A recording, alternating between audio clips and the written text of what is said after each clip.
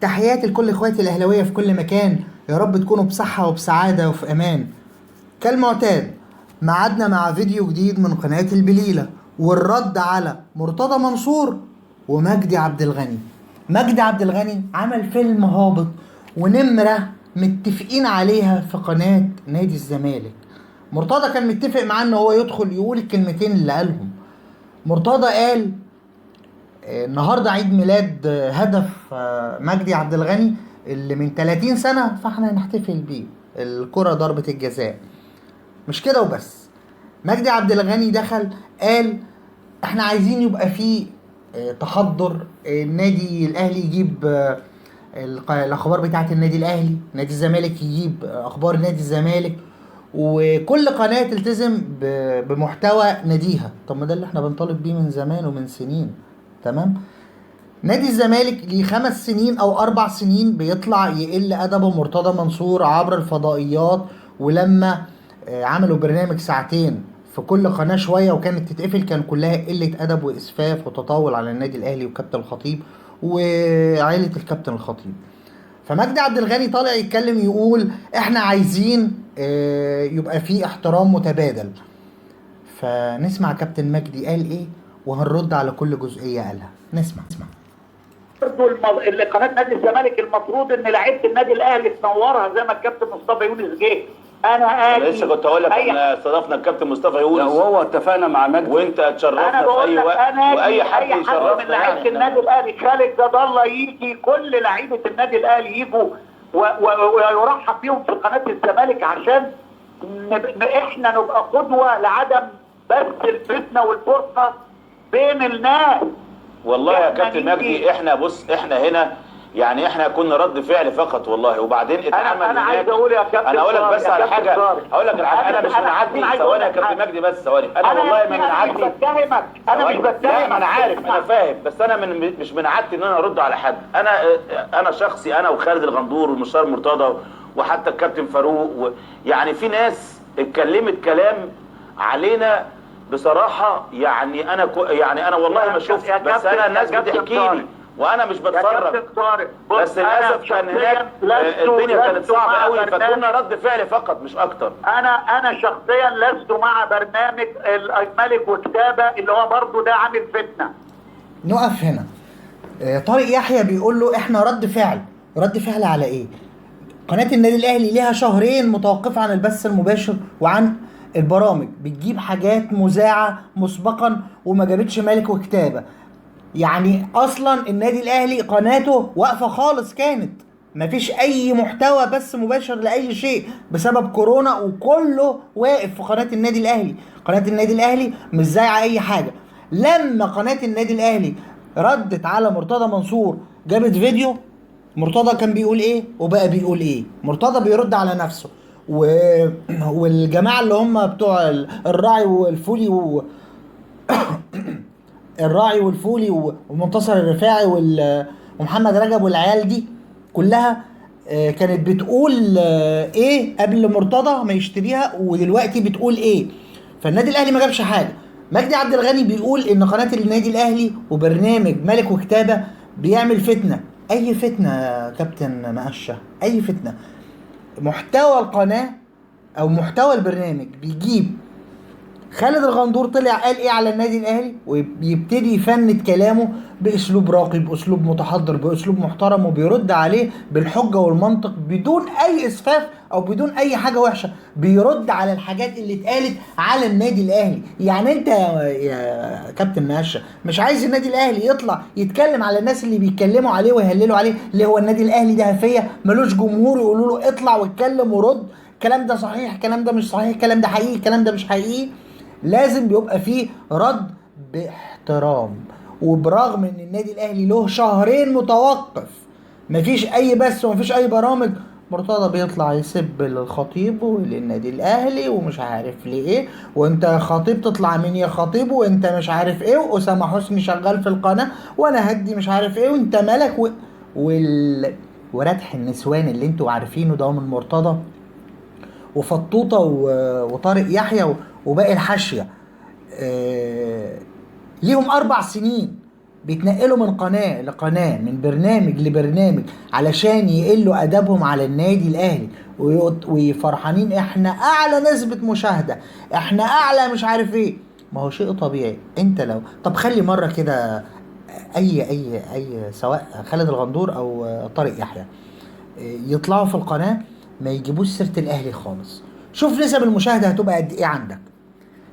اصلا الزملكاويه لما بيلاقوا مرتضى داخل يشتم الاهلي بيدخلوا يتفرجوا سواء على القناه او على القناه على اليوتيوب. كذلك الاهلاويه بيدخلوا مش يسمعوا، بيدخلوا يردوا على مرتضى منصور زي ما احنا بندخل نرد عليه. ففي البدايه كده ده خطأ كبير ان انت تقارن نادي الاهلي، قناه نادي الاهلي اللي ما بتعملش اي حاجه، بتجاوزات مرتضى منصور وقناه الزمالك الحقيره. انا بقول الحقيره، فعلا هي حقيره. علشان اول امبارح انا منزل فيديو بيقولوا على كريم ابو حسين، بيقول على قناه الاهلي والعاملين فيها مرتزقه، وهو اكبر مرتزق. نكمل. وما لست مع قناه نادي الزمالك اذا ردت على النادي الاهلي. القنوات انا بقول طب استنى بقى شويه. لم تخلق استنى ثانيه واحده طروق. القنوات لم تخلق للتراشق، انك انت ده يرد على ده وده يرد على ده، يبقى احنا كده. هو زعلان بيقول لك قناه نادي الزمالك ترد على الاهلي. هو الاهلي قال ايه عشان يترد عليه؟ ده الاهلي جاب فيديوهات قديمه للعيال دي وكانوا بيقولوا ايه وبقوا بيقولوا ايه.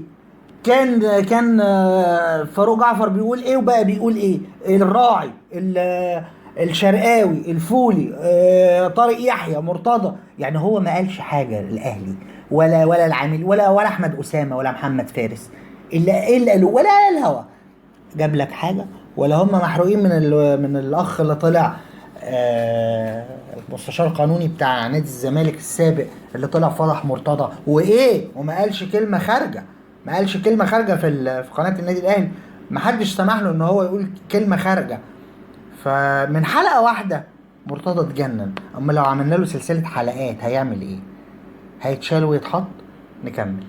وبعدين انت نجم كبير يا كابتن طارق، اكيد طبعا الناس كلها لازم تحترمك وتحبك وتتفرج عليه. ثواني بص. وبعدين معاك مين بقى؟ معاك نجم من نجوم كرة القدم باحسن واحد في خط وسط مصر طبعا كابتن فاروق، وانت كنت من احسن. بقى هو اللي هيرد عليك يا مجدي.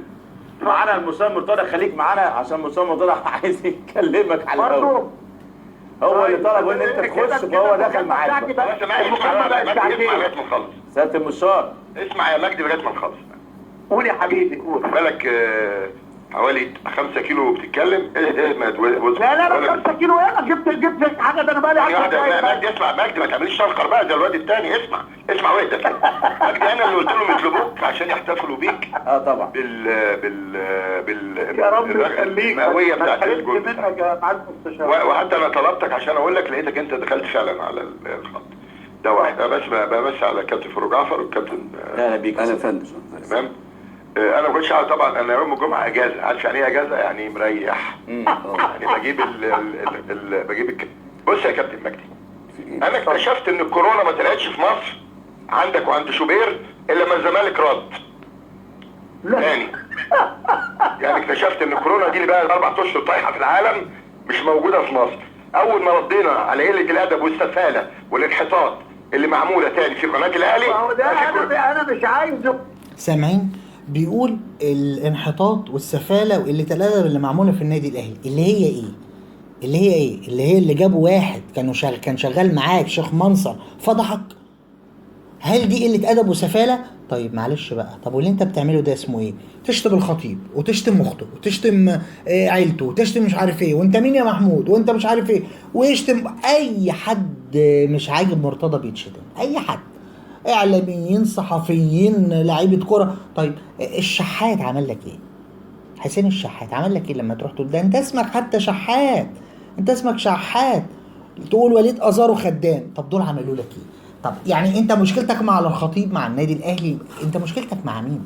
انت حتى اللعيبه ما سلموش من لسانك الزفر برغم ان هم ما عملولكش اي حاجه. فمرتضى بيضحك على الناس ويقول احنا ردينا، احنا بنرد على قله الادب. اي قله ادب؟ ده انت استاذ في قله الادب. نكمل. لا يا مجدي بعد ما اكمل يعني ايوه انا على الخط لغايه ما سبتك تكمل. دلوقتي حضرتك شوبير الصبح قال لك يا جماعه عندنا كورونا، والنبي عندنا من زمان، ومجدي عبد الغني قال والوعي عندنا من زمان وعندنا وعي، واحنا اللي قلنا للدوله قبل ما تقفل الانديه انا رحت قفلت عشان الكورونا، واخد بالك؟ وانا اللي قلت لمعالي رئيس الجمهوريه المحترم في الازمات اللي في البلد فيها دي كلها، واخد بالك؟ يعني من فضلك اعمل حظر تجول في البدايه خالص، عارفين ان في كورونا، بس كورونا طلعت فجاه بعد ما جابوا عيل قليل الادب صايع سافل يشتمني في نفس القناه 24 ساعه. انا بص يا مجدي بتحدى. غلط يا باشا، غلط. ثانية واحدة أكمل يا مجدي، يا مجدي أكمل. أنا بتحدى. يعني مش صح، أنا بسمع بس. ده مش صح. يعني أنا بتحدى. تاني بتحدى. أنا طول عمري حتى لما اتسألت مع المذيعة اللبنانية وجابت لي صور كتير ده حسن شحاتة وفاروق ولا لا؟ خلاص؟ مين أحسن لاعب في تاريخ مصر كلها؟ قلت محمود الخطيب. يبقى أنا ما عنديش مشكلة معاه بقى، يعني إيه؟ يعني أنا أصلا ما عنديش مشكلة معاه. طيب لما باجي اتكلم عن النادي الاهلي يا مجدي بقول ايه؟ النادي العظيم الكيان الكبير، ما بجننش. تمام، جماعه عموميه محترمه، جماهير محترمه، تمام؟ كلام محترم. وبعد كده انت عندك مشاكل مع جزء من جمهور نادي الزمالك، ما احنا عارفين يا باشا الالتراس هنا وهنا، انا خلصت على الالتراس اللي عندي و90% منهم فاقوا خلاص في الصف الزملكاوي لما اكتشفوا تاني، لما اكتشفوا ان اللي كان بيسلطهم وبيحرضهم ممدوح عباس تاني، اللي حجز على ممتلكات النادي وفلوسه، اللي دفع امبارح هو العتال، اللي دفع امبارح نص مليون جنيه لعيل ملوش لازمه كفالات وغرامات عشان يوقعها. هنتكلم عن الموضوع دلوقتي، مش عايز اتكلم النهارده، كنت مريح دماغي. تمام؟ بقول لك اذا انا مستشار، خلينا نخش في الموضوع. يبقى اذا اسمعني بس، يبقى اذا في احترام مننا للنادي الاهلي. حلوه. عمري ما دخلت في قناه الزمالك او اي مكان يا مجدي اللي ما بيتكلم بشكل محترم. عايزين بقى بص يا عم مجدي استنى واكمل. يا عم مجدي عشان انا برضه عايز ارد عليك. يا عم ما انت هترد والله. مصر كلها يا مجدي بتقول مصر كلها يا كابتن، وبتيجي عندي انا تقول لي يا مجدي، ما تقول لك كابتن مجدي. استنى يا كابتن مجدي، يا استاذ يا ابن ولاد الفرج، وبقول لك يا فاروق يقول مصر كلها يا كابتن، ويجي انا يقول لي يا استاذ. يا بص يا استاذ يقول لنا كلنا يا استاذ والله. يا استاذ يا كابتن مجدي عبد الغني يا ابن ولاد الفرج، منطقتي يا بتاعت اللي احنا اتمرمجنا فيها. مين اللي كرم قدامك صالح سليم في نادي الزمالك؟ لا حضرتك عملت حفله وجبت مدام زينب هاني. وعشان احنا نجوم النادي الاهلي. تمام. انت لما بتشرفني المبادرات دي حلوه يا مجدي. يا مجدي عشان انا برتب بس افكار يا استاذ مجدي والله اسمعك. انت لما بتشرفني انت وفتحي مبروك وربيع ياسين وطاهر ابو زيد ومصطفى يونس ومصطفى عبد، كل دول في نادي الزمالك، ودخلنا نادي الزمالك بحب وعمر ما كان وفوق يعني فوق دماغنا كمان. تمام؟ اعزاء فوق دماغنا. تمام؟ طيب نمرة 3، مين اللي ذاع تاني اهو؟ مين اللي ذاع ماتش الاهلي والترجي على كل شاشات نادي الزمالك في سابقه لم تحدث في تاريخ نادي الزمالك والاهلي؟ انا مش كده؟ يبقى انا بحترم المكان. التصرف اللي بيقول نمرة 5، مين الواد المذيع لما قل ادبه تاني، لما قل ادبه على الاهلي رد عليه؟ انا برضو بتهيألي مش كده؟ هتقعد دلوقتي بعد ما تخلص. تمام؟ نقف عند الجزئيه دي. بيتكلم بيقول مين كرم السيده زوجة كابتن صالح سليم؟ انت كرمتها لانك انت المحامي بتاع العيله بتاعه صالح سليم، كابتن صالح سليم. فمحامي السيده الفاضله زوجة كابتن صالح سليم، فانت كرمتها علشان انت المحامي بتاعها، او كرمتها علشان كابتن صالح سليم. ماشي، متشكرين كده. انت دي بونت ليك وحاجه كويسه انت عملتها. تمام، حاجه كويسه نشيد بيها ونقول تمام. طيب بتقول انك دخلت وشتمت المذيع التونسي علشان النادي الاهلي. ستوب. المذيع التونسي كان جايبك انت عشان يتريق عليك، بس كان محور الكلام هو ماتش النادي الاهلي، لكن هو جايبك انت عشان البرنامج ده كوميدي كوميدي ساخر، جايبك عشان يتريق عليك، مش قصده النادي الاهلي. هو بقى ابتدى يغلط في النادي الاهلي ونوديهم مش عارف فين ونوديهم فين والكلام الفاضي ده اللي قاله علشان يتريق عليك انت، مش قصده النادي الاهلي خالص. وحتى لو يقصد النادي الاهلي، هو جايبك عشان يتريق عليك ويضحك الناس عليك في المكالمه. بس هو غبي ما عرفش يطلع حاجه كوميديه. تمام. فلما جماهير النادي الاهلي هاجت على المذيع التونسي ازاي يسخر من واحد مصري، وكابتن سيد عبد الحفيظ طلع في قناه النادي الاهلي، كان مقدم برامج وقتها، ما كانش مدير كوره، قال احنا هنا في بعض نقطع بعض، انما ما نسمحش ان رئيس نادي الزمالك حد يسخر منه او يقل ادبه عليه، والفيسبوك اتقلب. انا عن نفسي عملت بوست ضد المذيع التونسي ده، ودافعت عن مرتضى وشتمت الاخ ده.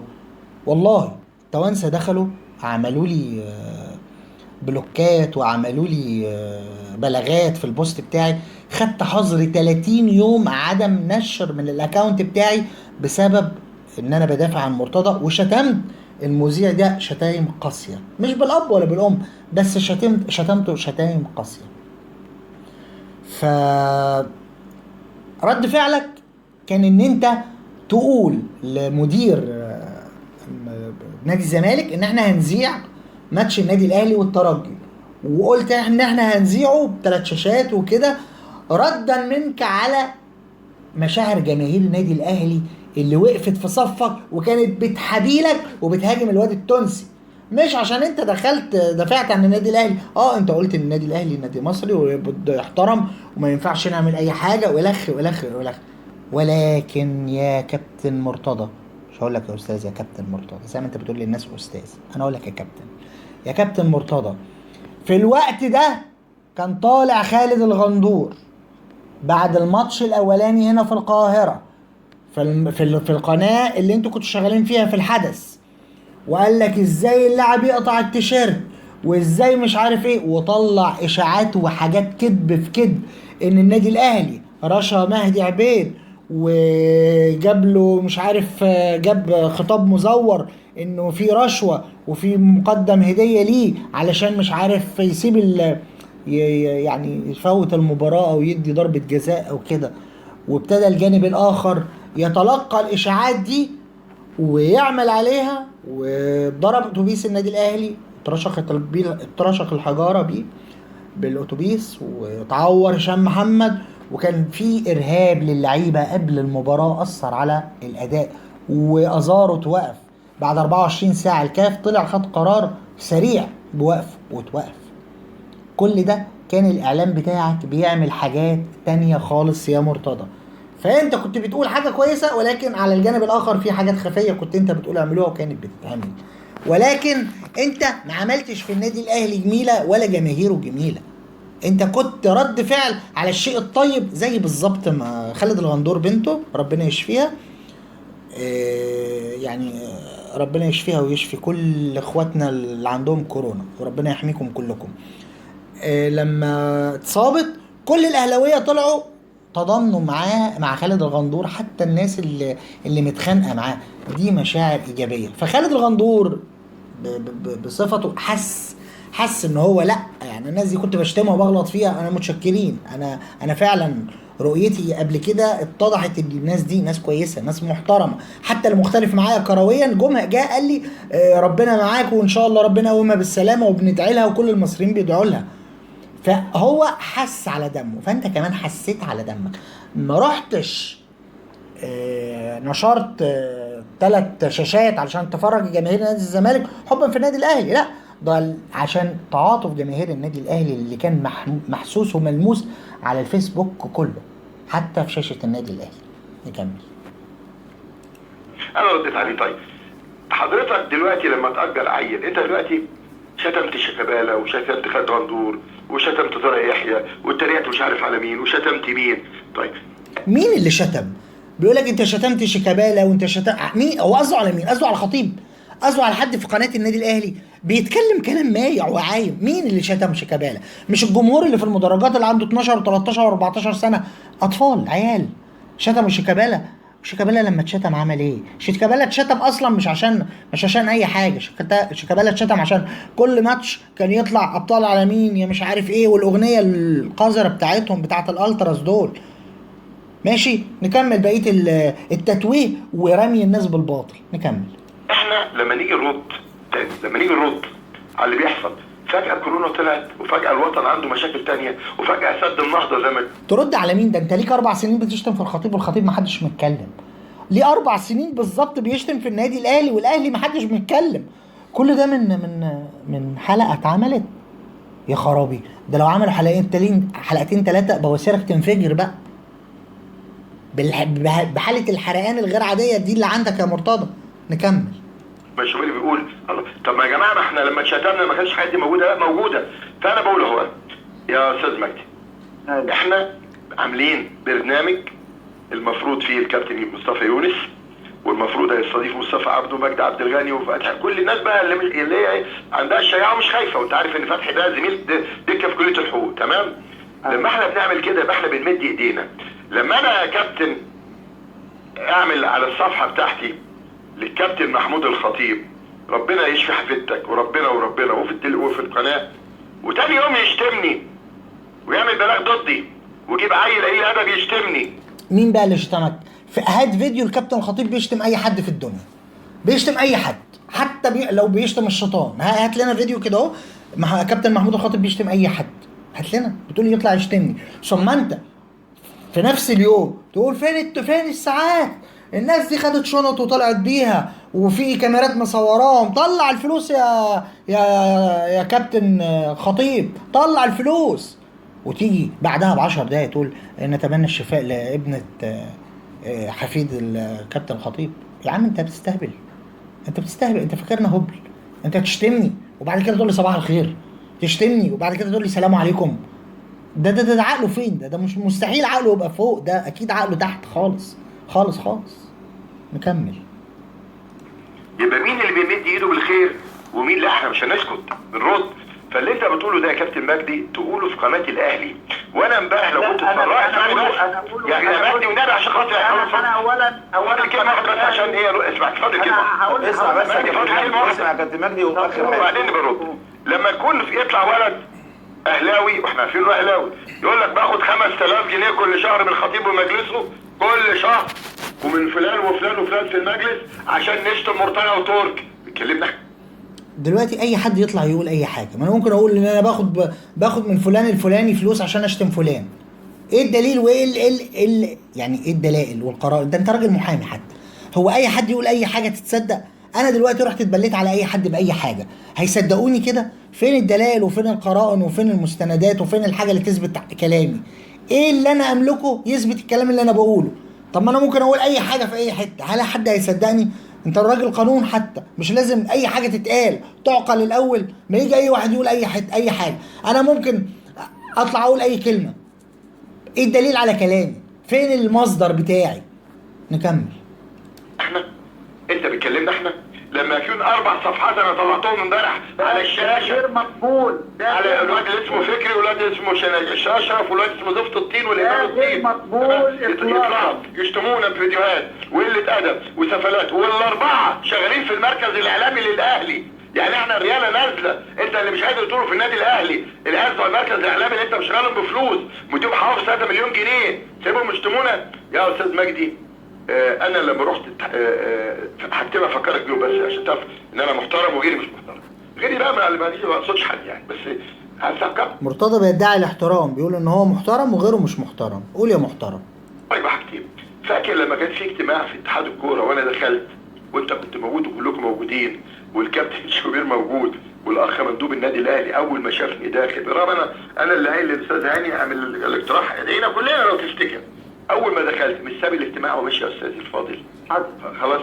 وبعدين لما الاخ شوبير طبعا ايه هو لما مشي انا طبعا كان عنده تعليمات انه لو حضرتك حضرت يمشي. يبقى مين يبقى مين بقى يا بيه اللي عايز يعمل مشاكل؟ ايوه هو قال يا بيه هو قال قابلني في فرح مثلا فلما شافني مشي. لا هو المفروض ان الوضع يعني كلنا هنبقى موجودين عشان ثانية واحدة يا باشا، ده اجتماع في اتحاد الكوره للانديه. ده مش في فرح ولا عزا، شافني وش. ايوه صح مش مكان، ده مكان النهارده اسمعني بس يا مجدي اللي من الصبح بيقول ايه واد كورونا جت يا جماعه، ما جت من زمان. لما قال لي انت بتكلموا كده ليه؟ انا ما كنتش كلمته بصراحه، لما مش طريقتي اتكلمت. تمام. قلت له انت ما تتكلمش، ما انت كذا واخد منه كذا. اللي طلع بيقول لك ما حدش قال لي حاجه يا جدع، لا ده انت اتقال لك وسمعت اللي عمره ما حد سمع. حتى عصام عبد الفتاح ربنا يوفقه ان شاء الله وينجح، يعني هينجح ان شاء الله لانه محترم. خلاص بص كده ذهل اللي بقوله له صلاح محسن وعمل كذا والساعات ما قدرش. طيب انا بسالك سؤال، فاكر بقى الدعوه اللي انت عملتها بتاع ضد التعصب؟ ايوه ضد التعصب. فاكر يا مجدي اللي ضد التعصب؟ انا معاك. الدعوه دي اللي احنا قعدنا نفكر فيها وقلنا يجي الاهلي والزمالك يقولوا كلمتين محترمين مع بعض، تمام؟ وانت صاحب الدعوه وانت اللي وجهت الدعوه، تمام؟ وحضرنا كلنا. حصل. ما عدا مين؟ ما عدا النادي الاهلي ما جاش. وانا في كلمتي لو تلاحظ سمعنا التضليل الاعلامي. مرتضى بيقول كان في اجتماع في اتحاد الكوره مش عارف عشان ايه، وكان في مبادره هو عاملها للصلح ما بين الاهلي وما بين الزمالك. اولا انت كنت قبلها طالع شاتم الخطيب وشاتم اخته السيده الفاضله ماجده، وقعدت تقول ماجده وباب الشعريه ومش هقول على القضيه اياها، ولا في قضيه ولا في حاجه، ويالف ويكذب ويرمي الناس بالباطل. ودي ست كبيره وست محترمه وعندها احفاد وعندها اولاد، ويقل ادب ويقول لك ماجده ومش هتكلم عن ماجده يا خطيب. ها انا قلت انا بس رميت كلمه وبعد كده مش هكمل. وطبعا الزملكاويه الهبل ياخدوا الكلام، العيل الصغير التافه اللي عنده 17 و12 سنه دول، ما هو بياخد الكلام ده لبانه ببقه. ما هو بواب بقى ما يعرفش، صغير لسه صغنون كتكوت كده، هو ما يعرفش اي حاجه. يجي يقول لك فكريه يا ولاد، ما يعرفش يعني سمع مرتضى بيقول فكريه يفتكر الفكريه دي واحده ست، بس هو بيتكلم على الملكيه الفكريه، فهو فاكر ان الفكريه دي واحده، فيقعد يقول لك فكريه. فازاي انت تبقى شاتم الناس دي كلها وتيجي تقول لي مبادره صلح؟ مبادره صلح يا عم؟ انت مجنون، انت مش طبيعي. انا اشتمك واقول لك تعالى نتصالح قدام الناس، اقعد اقول لك امك وابوك واخواتك وستك وعمتك وكده اهو، واقول لك تعالى نصطلح؟ يا عم انت بتتكلم ازاي؟ انت منين؟ انت من رد الفرج ومش من رد الفرج؟ فرج ايه ومتولي ايه يا عم؟ انا ما شفتش حاجه زي كده بصراحه. نكمل مع النادي الكبير العريق ده. خلاص ومدي ايدي، لو مد خطوه همديله 10 خطوات. يبقى مين اللي عامل مشكله يا استاذ مجدي؟ خلاص عدم التفاهم اللي موجود. انا خلصت اللي عامل مشكله. ودي قناه، اسمعني انا خلصت يا مجدي ودي قناتك، وكمل انا معاهم على الخط عشان في حاجات اللي لسه هقولها. اتفضل يا خمس. خلاص اتفضل يا كابتن مجدي. بص يا معلم مستشار، اولا يعني احنا عايزين نقول ايه؟ ان في الغلط لا من هنا ولا من هنا. احنا كلاعيبه كوره يهمنا مصر وخدمنا منتخب مصر. طبعا مجدي عبد الغني داخل ايه يهدي الامور، ومرتضى لئيم، ومرتضى مش سهل. مرتضى قال له ادخل وهدي والكلام حلو وبتاع، وانا هدخل ايه ابان ان انا عنتر زماني، ان الموضوع مش في دماغي، بس في ناس بتسعى للصلح وانا ما عنديش مانع للصلح، وزعاد وعدنا والكلام الفاضي ده. بعد ما مرتضى قفل السكه راح داخل تاني وعمل مداخله تاني. نشوف قال ايه، لان الكلام اللي جاي ده مهم جدا. ايه كلمه وطن؟ معنى ايه؟ معنى كلمه وطن اللي هو ايه؟ وطن البلد اللي قاعدين فيها، اللي لما المكان اللي احنا عايشين فيه. لا وطن ده بالنسبه لي، هي بالنسبه لي انا بشالوش، بالنسبه لك انت رود الفرج. بشالوش دي لما بتكبر شويه بتبقى متغمر، تكبر شويه تبقى دقهليه، تكبر تبقى الوطن ده كله. مظبوط كده؟ يعني انتماء الاول لا للزمالك، وانت انتمائك للاهلي، انتمائنا للمكان اللي احنا اتولدنا فيه. مظبوط؟ تمام. مسقط راسنا وبعدين كبرنا شويه فبقى وسعناها بقت متغمر، كبرنا شويه بقت الدقهليه. كل ده بالاخر بيساوي ايه الوطن؟ الوطن هو ايه؟ الوطن هو مؤسسات. الوطن هو الجيش والشرطه والبرلمان. صح؟ واخد بالك؟ صح. هو جيش وشرطه وبرلمان ومؤسسات رئاسه، هو ده وطني. تمام؟ هم اللي بيمثلوا اعمده وطني، ولا الكلام ده غلط؟ تمام. انا بسالك سؤال. انت قريت اللائحه بتاعت نادي الزمالك، مظبوط؟ وعملنا فيها عضويه عامله عاديه لكل الشرطه، ضباط، كل واحد يا كامل النبي مجدي حاجه والنبي عندي عايز اوصل حته ما صغيره. انت قلت الكلام ده يا باشا عايز اقول لك، بس اوصل لك حته والله. يا باشا اوصل لك حته يا مجدي، عايز اوصل لحته عشان الوطن. تمام؟ واي حادث ارهابي الزمالك بيطلع في قناته خلاص يدينه. بندينه. يا سياده المستشار انت ليه انا بسالك سؤال. عمرك شفت قناه الاهلي اللي بتمثل بقى الملايين؟ لا ما انا مش عايز المقارنه دي بقى. انا بقى دلوقتي عشان احنا من النهارده يا مجدي والنبي سمحت. عمرك شفت يا مجدي ما تقطعنيش والنبي. انا ما قطعتكش هسيبك تكمل يا باشا والنبي. هسيبك يا مجدي هسيبك تكمل. استنى يا كابتن مجدي. طب اسمع يا كابتن مجدي تكمل. انت عمرك شفت قناه الاهلي المفروض بتمثل الملايين، لا بتمثل الخطيب خالد زمالك، ما بتمثلش مرتضى، تمام؟ عملت بيان مره واحده ضد الارهابيين. يا كابتن المستشار احنا مش عايزين مقارنات. يا استاذ الفاضل انا عايزك مش انت قلت الوطن وكلنا مع الوطن يا حبيبي. كلامك مظبوط. احنا عايزين يا استاذ مجدي. انت راجل ليك فكر. هو النهارده هل انت زي الافكار زي من رأسوا نادي الزمالك قبلك؟ كل واحد فيهم له فكر. يا استاذ الفاضل احنا بنتكلم عن الوطن. ما انا ثانيه واحده بس. ما هو نادي الزمالك جزء من الوطن. انت فعلا ليك الاولويه. طيب انا بقى بسالك يا استاذ، ما هو ده برضه حاجات بتزعل. هل طلع بيان يوم من قناه الاهلي اللي بتمثل ملايين؟ المقارنه دي يا عم مجدي اكمل المقارنه. انت عارف انا اوصل لايه؟ الملايين دي. انا بعد اذنك عملت بيان ضد الارهاب. نظرك انت بعد اذن حضرتك. انت حضرتك اما خدت القرارات دي وخدت القرارات انك نبع من جوايا لان انا بقى الوطن الاهلي لغايه النهارده. بعد اذنك يا سيدي. هل ينفع ثانيه واحده؟ هل ينفع مدير الكوره اللي راح الاخوانجي اللي كان في رابعه يا راجل انت قلت انا بتكلم مع الوطن والزمالك لوحدي؟ يا كابتن مجدي انت راجل وطني. انا دلوقتي بكلمك عن الوطن خلاص، مش عن الزمالك والاهلي. هو الاتحاد وكل الانديه دي ده كرنيهات. يعبك نمره واحد المسؤولين دايما يرمي الكوره في ملعب السياسه. يتكلم كوره يخرج من الكوره ويتكلم على اليافطه ونادي القرن، وانا حطيت يافطه والنادي الاهلي ملوش حق ان هو يتكلم في اليافطه بتاعتي. انا حر.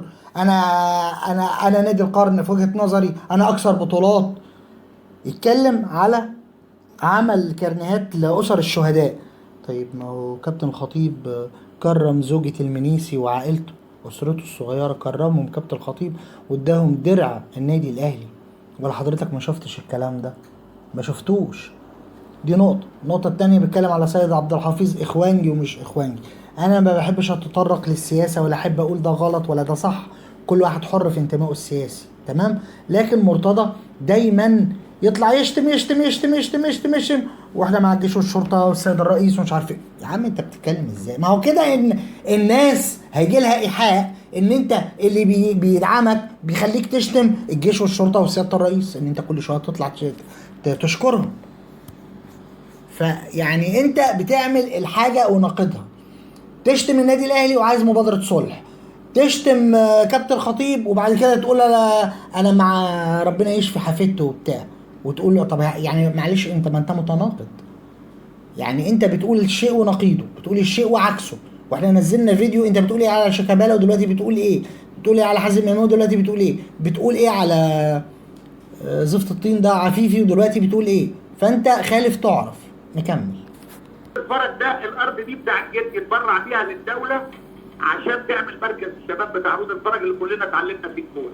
يعني هو الرئيس عتريس ده اللي هو كان صاحب اللي هو دخل اللي جه فيلم الفتوه يا ربلت هذا ممكن يبقى من بلدنا. ماشي يا كابتن مجدي شرفت القناه حبيبي. ربنا يخليك معاك يا ابو كابتن بشار. ربنا يبارك فيك. عايزين نبدا يا جماعه يعني. ما تيجوا كده نسمع مجدي عبد الغني قال ايه على مرتضى في قعده انس، واللي كان قاعد كان بيسجل له. نسمع كده اللي بيقول له يا سياده المستشار وربنا يبارك فيك والحبتين دول. نسمع. يا عم انا شتمني يا عم شتمني وانا هجيب له ده ولا كانه قال حاجه ولا يعني يا عم صدق وسلم بالله وحياة المصحف شتمني من 4 ايام نازل. كنا معزومين في سحور، الكلام ده من 2 أو 3 حاجه كده. كنا انا وهو معزومين في سحور، انا حضرت السحور وجاي ماشي قابلته سلمت عليه سلم عليا ولا كانه شتمني.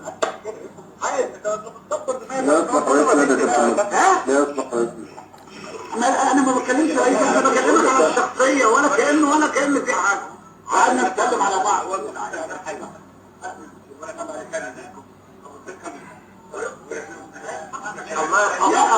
هو لا انت يعني بقول لك ايه؟ بقول لك نفسيك المجنونه.